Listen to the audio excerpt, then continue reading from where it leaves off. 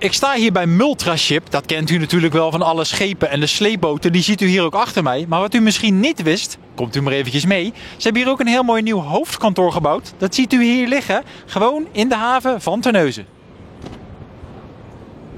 De opening ging gepaard met een show op het water, waarbij de familieleden van directeur Leendert Müller een rol speelden.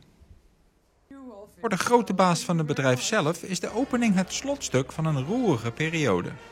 Ja, de komst van de nieuwe sluis betekent dat we op vele locaties moesten verdwijnen, waar we gehuisvest waren met verschillende bedrijven. Logisch dat je daar weg moet natuurlijk, want een sluisproject is veel belangrijker dan die individuele bedrijven van ons. Dus zijn we onteigend en hebben een nieuwe locatie toegewezen gekregen door de overheid en daar staan we nu.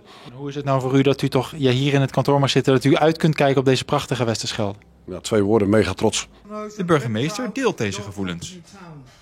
Mega trots zeg je dan, hè? Ja, dit is fantastisch. En dan zie je wat zo'n nieuwe sluis ook teweeg brengt. Maar wat natuurlijk prachtig is, wij gaan als Terneuzen al meer dan een eeuw terug samen, hè, de relatie naar Multraship. En dat zo'n bedrijf hier investeert in die toekomst, ja, daar kun je alleen maar met trots naar kijken. De burgemeester benadrukt dat er vele partijen zijn betrokken bij dit uiteindelijke resultaat. Ja, ik vind het echt een kunststukje dat gelukt is. En daar wil ik eigenlijk iedereen mee complimenteren. Het eindresultaat is natuurlijk nu voor Multraship.